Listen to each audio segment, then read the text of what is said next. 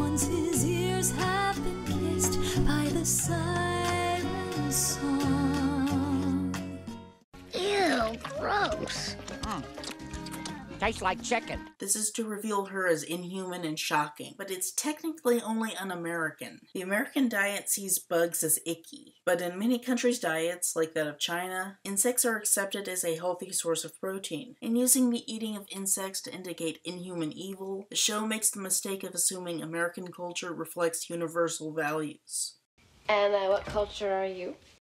Meanwhile, Giles recalls the writings of a scientist considered insane who reported a she-mantis shapeshifter. Buffy asks the definition of a couple big words, and it comes off as a joke at both of their expenses. Buffy because she doesn't know big words, and Giles because he's a stuffy librarian who doesn't speak like a normal person. Feminists sometimes complain that Buffy is stupid, but she's just not good with book smarts. Giles is equally flawed in this interaction because he's not good at communication. The good guys are not traditionally known for their communication skills.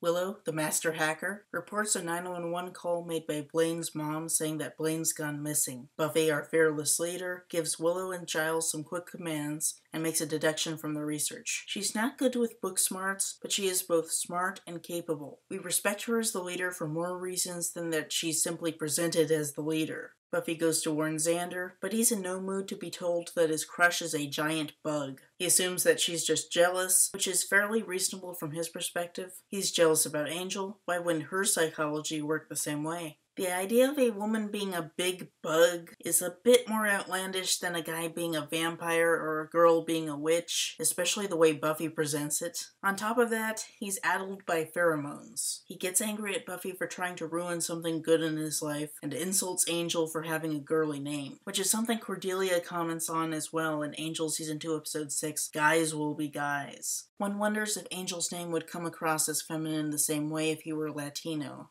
Either way, it's masculine policing of standards of masculinity through disparaging references to femininity, revealing Xander's sexism. Feminists who already hate Xander hate this scene, but I think it's largely forgivable given his state of mind. If we can forgive Buffy for pointing a rocket launcher at Robin while affected by a love spell in him, we can forgive Xander for being a little mean and teacher's pet.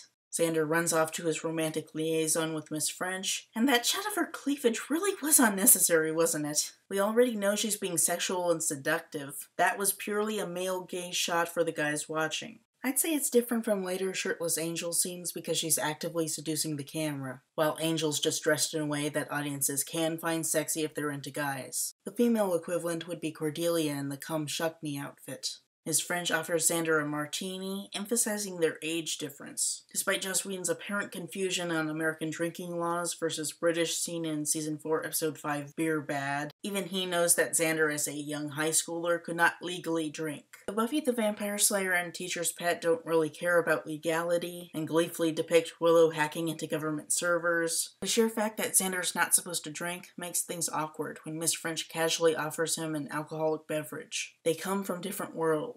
Even without the whole praying mantis thing, though Miss French claims to be nervous, everything about her screams sophistication and control, while Xander is clumsy and uncertain. He starts babbling about food and rants about shawarma. This is a reference to an improvisation made by Nicholas Brendon in his auditioning for the part of Xander, which also inspired a joke in The Avengers. Yes, Mr. Harris. Xander. Renee, I told you it's Xander. Or Sergeant Fury. Xander downs his martini. Miss French begins the seduction, asking him if he's ever had sex with a woman. He pretends he has, a lot, reminiscing, and then he decides to drop the act. Miss French says that she's into it and even needs it. Xander remembers his attraction to Buffy and tries to pull away, but it becomes clear that she roofied his drink. She goes mantis as he collapses, and she drags him off. Now here we're getting into some very overt date rape territory. To an extent, the whole show is about rape, as the vampire bites stand in for sex and most vampire bites are forced, but this is the first time that rape is literally featured as a subject. It's interesting that it's with a dude in distress being threatened by an evil woman, prompting rescue by the heroic girl Buffy in a gender role reversal. Similar to the Darla scene, we just don't expect that kind of masculine vulnerability in female strength. The problem is that rape is downplayed as a danger next to the whole she-mantis metaphor for danger. You're in a big cage. Xander wakes up in a cage filled with straw. It makes me wonder if the title Teacher's Pet is supposed to be about Xander being treated like a literal pet in a sort of human-animal role reversal. I don't know. The title's weird. Miss French is outside in her mantis form. Xander backs away from her and finds Blaine in a cage next to him, scared out of his mind. Blaine explains what she does, what he's observed her do with another male victim, ties them up, does a mating ritual, lays eggs, mates with them, and then bites their heads off. Even though it would be in her mantis form, Xander pauses when Blaine brings up mating, like he has difficulty believing that it's a problem. It reminds me of Stargate SG-1 Season 1 Episode 5, The Broca Divide, where we have an intense attempted rape scene reported as, She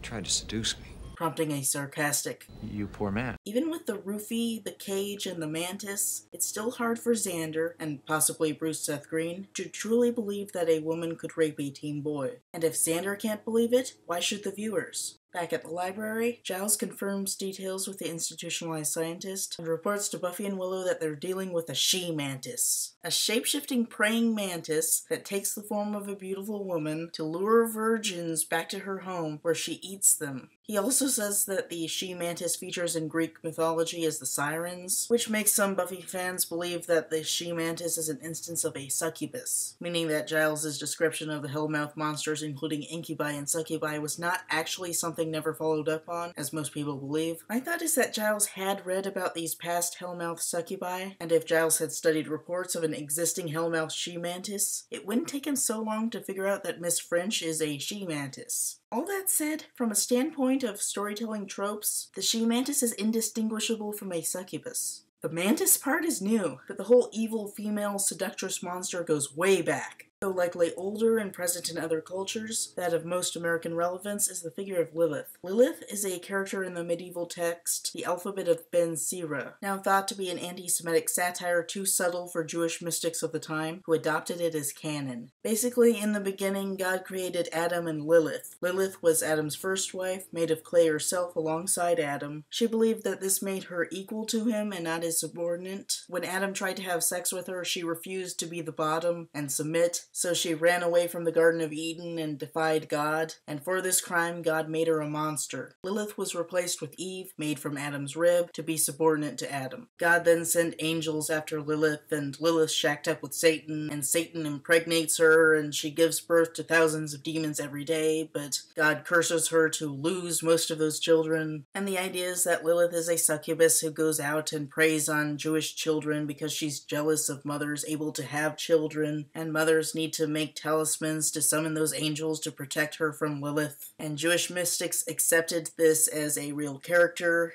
Some modern feminists, including me, interpret the story as written to be absurdly misogynistic as a form of commentary on Jewish misogyny, and the fact that it was just accepted as true says something about the depth of that misogyny. Lilith was accepted into Jewish folklore as a real monster, a succubus. She and her succubi children were believed to prey on men through taking the forms of beautiful women and seducing them. This was believed to take the men's life force away, making them sick and infertile. The women were to be revealed as succubi by being a horrific blend of woman and snake, or woman and owl. The latter likely due to a linguistic similarity between Lilith and the Hebrew word for screech owl. The succubus figure was used to explain why men, and especially monks, would have sexual dreams, as well as being a scapegoat for infidelity. A common trend with the stories is evil women making men break their vows through temptation, placing blame on the women and not the men actually breaking their vows. Succubi also show up in the Malleus Maleficarum, the misogynistic pornography about discovering and killing witches, where it's asserted that succubi steal men's semen to make demon babies, because they didn't know anything about science back then. Feminist Frequency has a video on the evil demon seductress trope, in which host Anita Sarkeesian describes what is essentially the succubus's influence on storytelling. The evil demon seductress is a supernatural creature, usually a demon, robot, alien, vampire, most often disguised as a sexy human female. She uses her sexuality and sexual wiles to manipulate, seduce, and kill, and often eat, poor, hapless men by luring them into her evil web.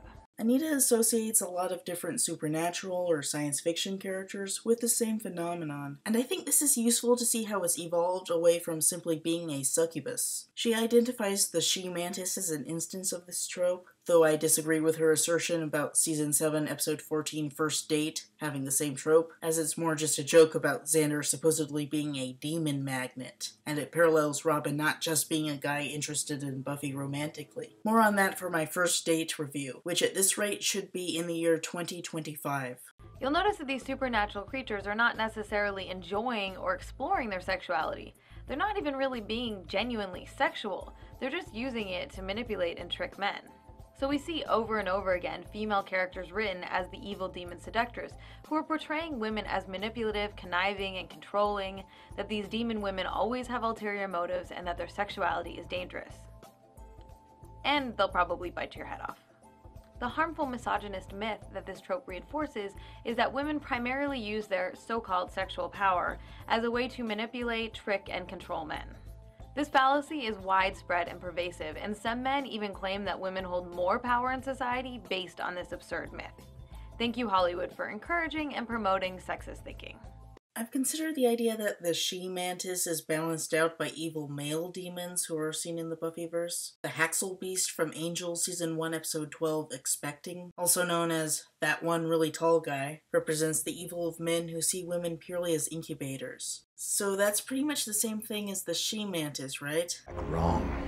Buffy the Vampire Slayer cannot simply be divorced from the rest of American culture and taken entirely as its own thing. It fits into American culture, with American cultural motivations from the creators, and it uses storytelling tropes to communicate ideas to an American viewership. It's important that Joss is a second-wave radical feminist. It's important that Buffy was seen by a third-wave audience. It's important that Americans have certain doubts about single mothers, making it important that Joss was raised by a single mother for a part of his life. It's important that Americans are grossed out by eating insects. It's important that Americans have an individualistic ideology when it comes to the application of violence for the purpose of protection. It's important that Americans romanticize rebellion and vigilantism. It's important that the Columbine massacre shook up American views on gun rights. You cannot simply divorce Buffy the Vampire Slayer as a narrative from the larger context. A lot of men support feminism on a basic level, in that they want men and women to be considered equal, but they hate being criticized and will be anti-feminist by ignoring suggestions of inequality. It's honest enough because it comes from a basic human desire to be liked. This desire is shared by feminists, and there's then a trend where feminists ignore or downplay sexism to be nice to men and be liked in return. Humans are social creatures, and there is a drive to maintain a friendly social environment, but it is ultimately harmful for keeping the problematic sexist elements unacknowledged, and is thus self-defeating. I think that is why there's this kind of aversion to acknowledging sexism associated with the evil demon seductress trope. We can look at the she-mantis and the Haxel Beast and say that we see equality, but that would ignore the larger cultural context, where the she-mantis represents the affirmation of real-world misogynistic beliefs, and where the Haxel Beast challenges. The trappings of the succubus show up in the she-mantis in a way true to the original story, demonizing sexually attractive women, alongside the praying mantis and female of the species stuff that demonizes women anyway. Ignoring the greater meaning attached to the she-mantis and saying it has the same value as the Haxel Beast is like ignoring the weight of the human body to assert that a witch must weigh the same as a duck because they both float in water.